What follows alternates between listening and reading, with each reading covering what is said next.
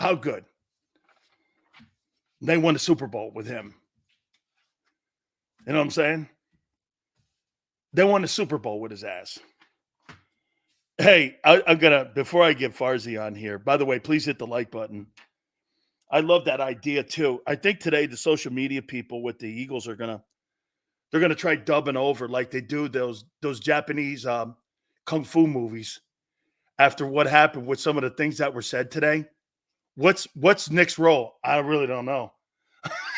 And so you're gonna see this like a fistful of dollars where it's in Italian and everybody's going like this, Magul and Kumavan, and you're going like, we're gonna kill him, kid. And so it's gonna be like one of them dubbed over movies. So Bob Lane's got a lot of work to do over the press conference today after what went on there, man. And holy cow, man. I'll tell you what, the press conference with Jalen's comments and with Nick, I'm confused. And I'm going to get the right paisan in here because I'm not mentally balanced. I think we all understand this. So I'm going to bring a guy who comes in all fired up with his espresso and with his whey. Yeah, I think it's got a lot to do with him being a Calabrese a little bit. So I think he's more level-headed than a Sicilian hothead like me. So not to make this a completely Italian thing, but I'm just gonna. Why not? Farzetta. Why not? It's when we're at our best, Fratello. So it's when we're at our best. You know what I'm saying? Absolutely. Bona fortuna to you, my friend. Okay. El Boca de Lupa. Yeah. Let's my do goodness this. gracious. First, before I get into training camp, I've got to get into this press conference thing today that I witnessed that I've never seen. Oh, real quick off the top. So now we have a new role for Dom. He's now the game day coaching operations. I'm assuming that if Nick goes crazy on the sidelines, we'll see a Sicilian necktie. If he starts doing his stuff on the sidelines here, I mean, so now he's like the director of game day coaches operations. Right. I've never heard of the role. Can you give me a definition of what you think that means? You know how I know you're a showman. You get it. Like you understand. Like, I'm sure you've had similar situations where you've been out with your wife, as I've been out with my wife, and you might be really, you start to hit a stride conversationally at a party, and you start to act up a little bit. You had a couple of drinks, and then all of a sudden your wife goes, Dan. Yeah, exactly. Oh, so like to center me. Yeah, pretty much. He's like the center. He's gonna like to center me. Oh, yeah. Okay. Yeah. His job's gonna be like, Nick. I think it's time that you just settle down a little, simmer down a little bit. That's what needs to happen right now. Is it a coordinator type gig? Like not like offensive or defensive, but like just making sure that he's in charge of logistics of where the coach is at all times. He's a babysitter, is what it is. That's what it comes down to. Or psychiatrist. I don't know what it is here. I'm like, no, I'm trying to get a definition of this actual role. Oh. And he's a special assistant to Howie. Does that mean like he's the locker room Marc? That's the one that jumped out to me the most. Is the senior advisor to the general? Are you scouting players now? Like, what is going on? I look. He's a glorified. I don't say this to be belittling because I think his job is important. What he does for the Eagles. When it comes to background checks, his handling of the Jalen Carter situation last year specifically, listening to the behind-the-scenes stories that I've heard about Dom DeSandro with this team. It's a very important role. The less titles for him, the better. The fewer titles for him, the better. Chief Security Officer for the Philadelphia Eagles. You don't need any more description than that. If you even need to have him on the books at all, you know what I'm saying? Then I would let less attention. Yeah, exactly. Right. Less attention. I'm just more confused now. So let me first get to Jalen Hurts. Now, and I'm going to take you back a day. So there was a question, and I'm completely 1,000% wrong because the way I heard Nick talking, and John McMullen, or one of our guys, I think, even asked the question, so Nick, what is it going to be with the old and the new being added? He goes, yeah, we're going to mesh the old and the new. And, I told Kellen, we ran 3 plays, and I said, I really like that, and I really wanted that in the offense. Then I heard Jalen Hurts today. Hey, what's going on here? He goes, oh, this whole offense is 95% new. And I'm like, come again? I think even that guy Frank's in the – what? Did you say 95%? People in the room were stunned. Reuben Frank, the entire offense was completely changed. I mean, Mark, his ego, Nick's, he's fighting an identity crisis here because he was told today, or it was exposed today, he has absolutely no say in this offense's direction whatsoever. Yeah, and the thing is, he has said as much. Nick has said, even going back to last year's end of the season press conference, when he goes back to before we even knew it was going to be Kellen Moore officially, we found out that it was going to be the offensive coordinator's offense. Not just, oh, well, of course, that makes sense because the offensive coordinator, it's his offense. No, it's his offense. Like, Nick is going to be stepping back in this soft firing, light brushing aside of Nick Sirianni as the typical head coach of a football team. He is the rah-rah guy. He is the pep talk guy. He's the dean of communications when it comes to this team. But head football coach, like I've said this, I don't know if I think we've had the same conversation before, but in terms of what I'm about to say, the CEO, people like to talk about the CEO type coach, right? That CEO, John Harbaugh, CEO head coach, right? Nick Sirianni is not a CEO head coach that is glorifying the position he has. He's regional manager head coach. That's what he is. CEO is way too glorified a position. And he alluded to it at the end of the year. We've heard Kellen Moore talk. We've heard Nick Sirianni talk even earlier in the week, talking about how Kellen Moore's running things. Kellen has to make the decision. Those words came out of a head coach's mouth. Kellen has to make the decision. This isn't an argument anymore. This isn't an argument. Nick Sirianni's job is not the typical head coaching role. And if you think it's just about play calling, it is 1,000% not just about play calling. It's talking about what does he really do? And what you're alluding to, the Jalen Hurts thing, he couldn't describe. What his head coach does. Was this, Mark, he goes, what do you think? And what is Nick's new role? He goes, that's a good question. I don't know. Have you ever heard that before in your life? No. With a team that won 11 games, has won 34-17, that a coach, your star player, your most important player, doesn't know the role of your head coach. That's totally indictment on Nick and Howie. Hey, good job. That's Nick Sirianni. Hey, what's going on in the wide receivers? He talked about being in a wide receivers meeting today. And you know what? I don't necessarily mind that. That's his forte. Right, of course, right. But I don't mind that. But when I'm looking for what the head coach exactly is doing, and when the head coach himself months ago was asked, so what is your role? To be the head football coach. No. Not your title. Like, how are you going to go about this responsibility that has been dwindling away since you were named the head coach of this football team? I mean, you really got to follow. I mean, people need to follow the bouncing ball here. I mean, you talk about a guy who was coming in, guns a-blazing, all, excited to be a head coach, nervous as hell in the opening press conference, but then push that aside for a second. Play caller and head coach to just head coach to game day, or to what do you call it? To game planning, to then not even game planning. It's all on the offensive coordinator. And then the end of the year collapse happens last year. So if you're the rah-rah guy, if you're the guy to make sure that everybody's focused, then explain what the hell happened at the end of last year. And if you're Mr. Communication, explain to me how people are talking about how there was no communication at the end of last year. So it really makes zero sense. I am convinced now that Nick Sirianni's role with this team is simply to make sure guys are focused going into game time. That's it. That honestly, he is the guidance counselor of this football team more than a head coach.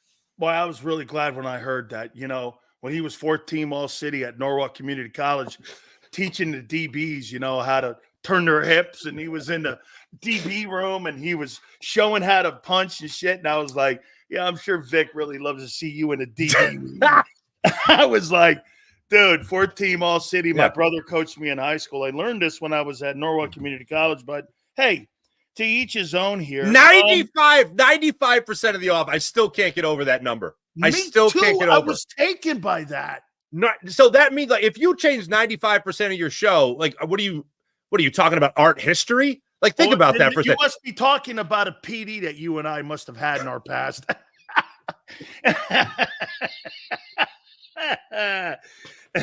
Right.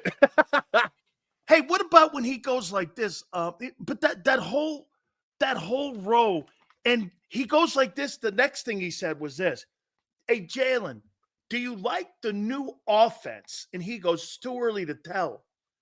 Oh, wait. So let me get this right. You don't know your head coach's role. You're not sure if you like what we're doing. Everything's brand new, and we're 2 months out from the start of training camp. How you feeling right now there, Farzy? Yeah, well, I don't feel great, and I'm trying to still bask in the idea that Saquon Barkley's here. Jeff Stoutland is still here. I still feel like this offensive line is going to be pretty good. I still feel like the weapons on this offense are pretty good. I still feel like Kellen Moore knows what he's doing. But one of the things I'm trying to listen to or really hear from Jalen Hurts is whenever I hear him be kind of vague about the offense, I mean, saying 95% is different. Obviously, that's insane. But he was boys with Brian Johnson. And Brian Johnson, even though he got picked up by the Commanders and all that, I don't think he wants to kick the man while he's down. Like, he was relieved of his responsibilities here in Philadelphia. You mean like Devontae and AJ? Oh, yeah, they kicked the hell out of him while he's down. Oh, my God. It was like Devontae Smith being like, yeah, it's good. Now, he didn't say it with snark, but anybody that repeats the line is going to say it with snark to emphasize what he's really saying, which is, yeah, it's nice to have freedom. It's nice to actually be able to move around a little bit. The handcuffs off is what he's saying. Is that an indictment on Nick, too? Well, yes, of course, because Nick allowed it to happen. And last year, Nick actually had some responsibilities with this offense, because let's not forget, the biggest jump from last year to this year is that Nick isn't even doing the game planning anymore. Like, Nick, I'm sure, will be, hey, Kellen, maybe you want to try this in this game because we tried it last year and it worked. I don't know. And maybe he's saying that, but it's not his responsibility. He's got to put his hand up in a coaching meeting going, over here, I got my hand up. Right. You know what? I got an idea. Maybe no, that's okay. We'll try that. We'll put it over here put it in the suggestion box. So 95%, right. 95% is different. So 5%, what's in that? I was trying to think because I was driving, listening to the press conference. And I was like, what is that 90? Well, okay, what is the 5% that's the same? Can't be the tush push. Well, tush push got to be one of them. It's got to be one. So that's the same. They probably have some variation of a tight end screen, a bubble screen. You only get 2 plays. You only get 2 plays, Farzy. So you're going one tush push. What's the other? He has to have one other one. So that's tight end screen. It's got to be a tight end screen. Did you see Dallas Goedert? Dallas Goedert's looking more swole than I've ever seen Dallas Goedert. Maybe it's the tight end screen. Maybe those are the 2 plays. Those are the 2 plays that are safe. Unless play number 3 is Jalen just makes something happen with his legs. Maybe that's play number 3. I don't know. But all I know is the Eagles are not. Like a head coaching. Have you ever seen a disconnect like this for a head coach and a quarterback ever in Philly? I'll put it to you like this. This is the most drastic change of a non-player since Howie Roseman was put in the broom closet. Absolutely. Now, think about it. Now, don't get me wrong. Howie Roseman, that was far more egregious, far more dramatic. Howie came back 2 years later, won a Super Bowl.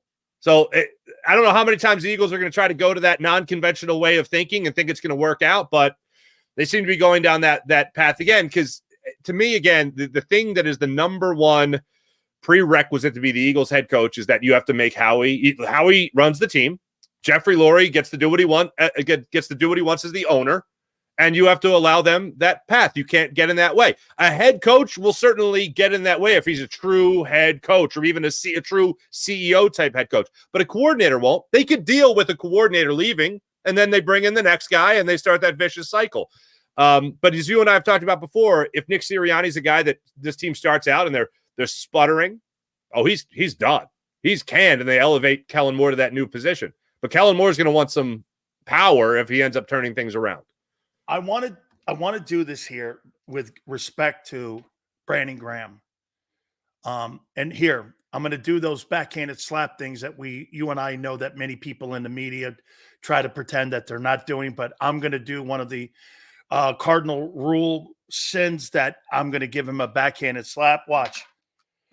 Great player, one of the greatest Eagles of all time. They'll retire his jersey. They'll do all that stuff. Okay, well, let me get to the rip now. Okay, so He comes out saying they had poor coaches and poor positions on June 6th. Where were you in November and December when that team needed a vocal voice to actually stand up and say, enough is enough. We need to stop what's going on in here. Stand in front of a microphone and actually be a leader and not a Monday morning quarterback 6 months later going, well, Brian Johnson sucked.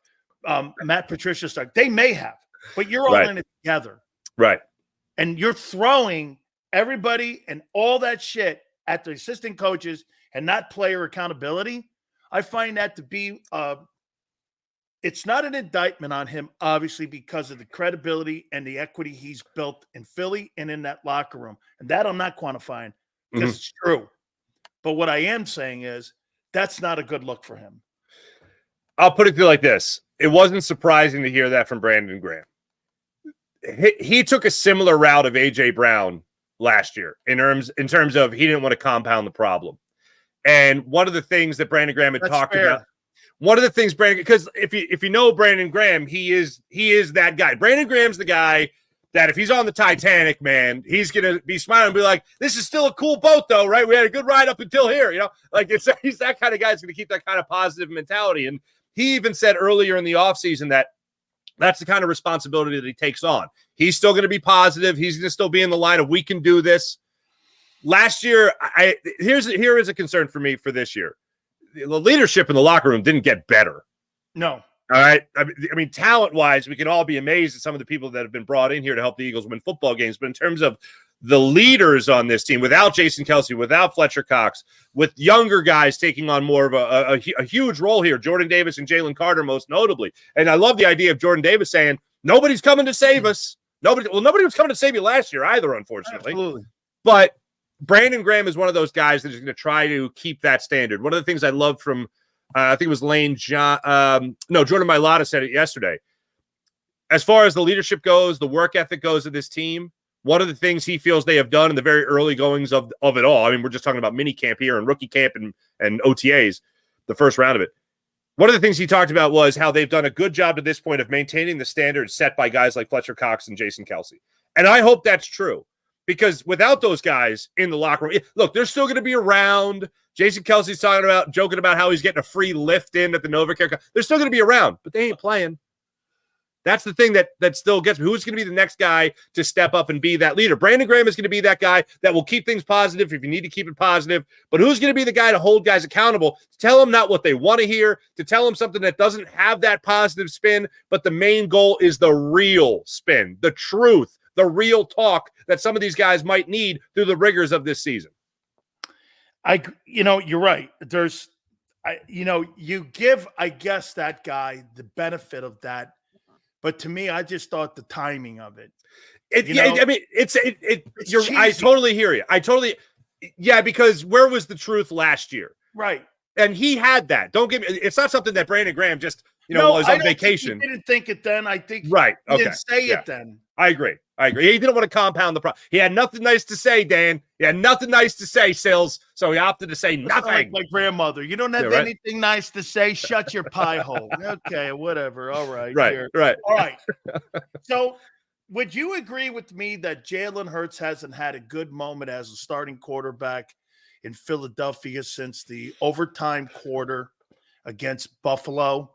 Yes. And that going through all of the mini camps, he has absolutely, here are the words, struggled.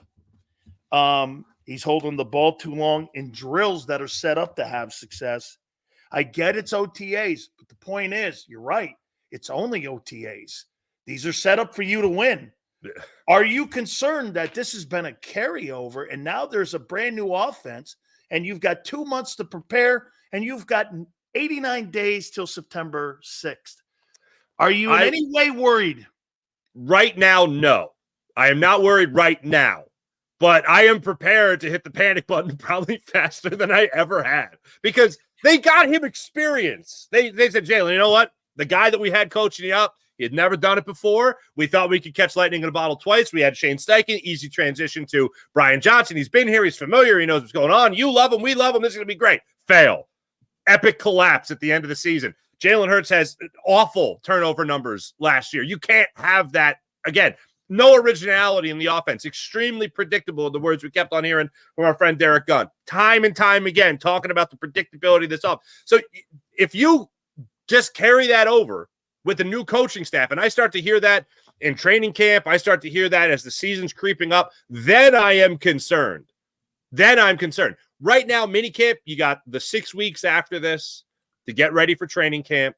If Jalen Hurts is truly a guy that's, which I believe him to be, about hard work, about hitting the books, about digesting everything that's put in front of him, there is no learning curve here.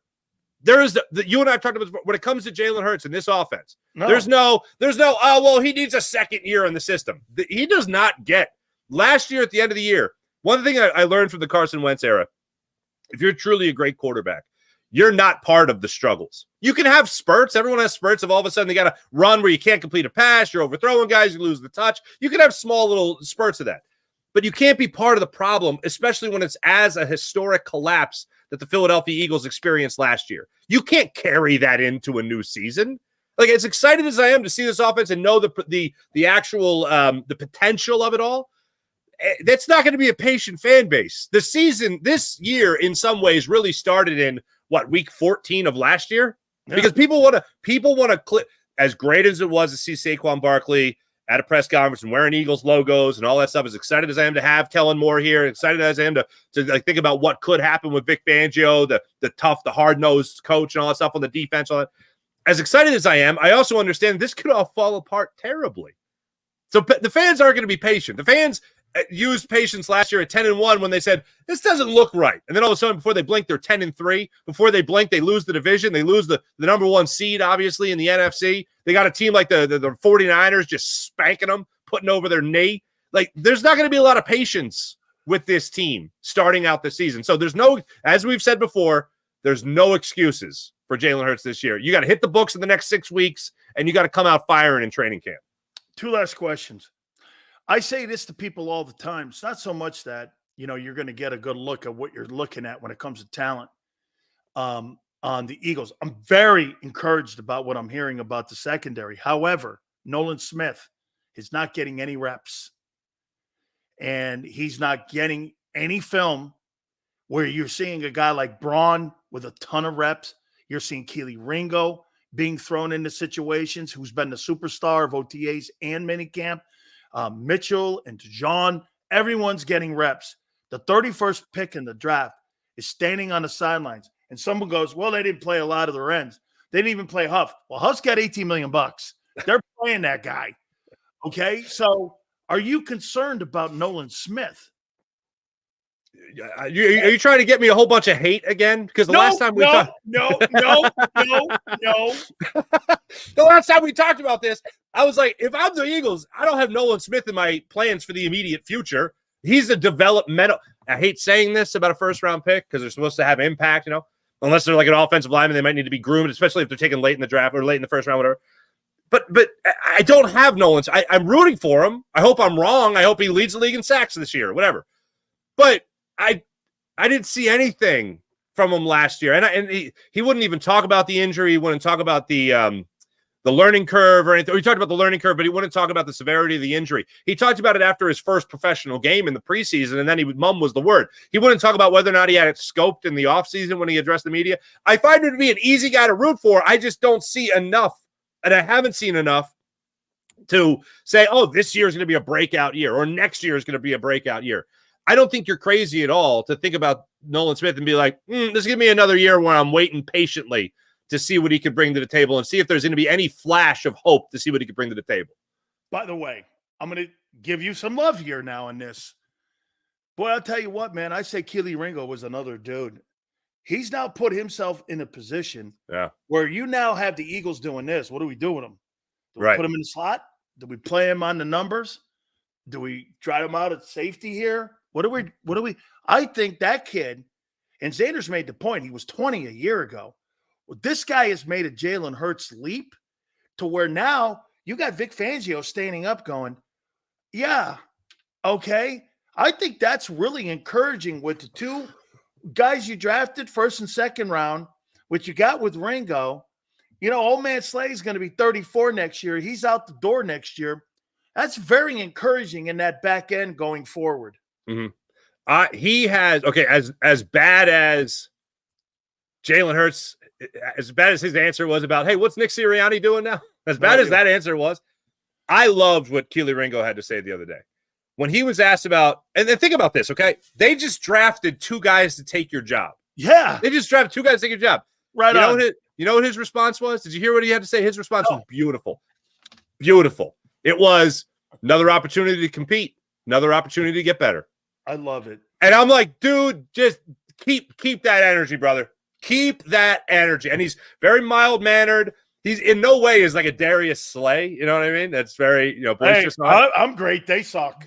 But when a guy answers the question like that, that's exactly the mindset you want in a young player. Like, I'm here to compete, man. Yeah, go. How about that Mitchell one? Hey, AJ, that was a horse shit route. That was a trash route. What? Yeah, I almost went today. He admitted that he was just like trash talking. He said it was actually a good route, but I wish he didn't. I wanted that to be not just trash talk, but like the real deal. And you know what? On top of it, I love that he said it. I love that he's a quiet guy, but still said that, found room to trash talk. And I love that AJ Brown's response wasn't like taking offense to it. His response was, if you're going to talk the talk, you better walk the walk. Like, we haven't even talked yet. And your first words to me are, that route was trash. I just signed a record deal. You know what I mean? And you're telling me my route's trash, rookie? I love that he was like, all right, you know what? Keep that energy. And you make sure that when you're out here, you're backing up that talking with the way you're walking. I like the swagger in there too. So again, I know that you're going to prepare for the show tomorrow, so you're going to get some of those sound bites from the Eagles. So just be prepared that when you go and look at that press conference, it's been dubbed over like a Japanese kung fu movie. That's such a great line. You had me rolling before I came on. I was dying. You're going to think it's like a Bruce Lee movie, man. Or it's going to be like Godzilla versus King Kong or something there. That it's going to be dubbed over. Hey, man, Nick's the best thing I've ever seen in my life as a head coach. God, I could have swore I heard something different. The looks are going to be different, like a fistful of dollars or something like that. Yeah, but I just want to warn you. I'm sure they've already pulled that thing. So it's going to be Howie's voice with just Jalen up there. You'll hear Howie's voice now. He's head of something, right? I mean, that's another title, Coach Dubber. Yeah, head of dubbing. Well, hell, you know what? People steal sound all the time at IP now over there. Oh, yeah, I saw that. Everybody, have you ever been on TikTok? Everybody's stealing sound. No doubt. No, hey, jeez, like, why? I feel bad. Right. I feel bad for you musicians. Like, why do they even bother writing songs anymore? Jeez, it's just on TikTok. Right. They just steal shit. Hey, brother, tomorrow I'll be watching you, man. I appreciate you always doing this. Thank you so much. I love the fact how much you're a family man too. That means a lot too, man. Thank you again, my friend, for doing this. Buona fortuna to you, my friend. Buona fortuna, Boca de Lupa. See you, buddy. You got it, man. Marc Farzetta, don't forget, he joins us each and every single week here on JAKIB Sports in the morning, kicking off our broadcast that goes into Birds 365. Hit the like button. Keep it here, National Football Show. If you missed any of today's show on the JAKIB Media channel, listen to the podcast on your way home. Available on YouTube, Apple, and Spotify.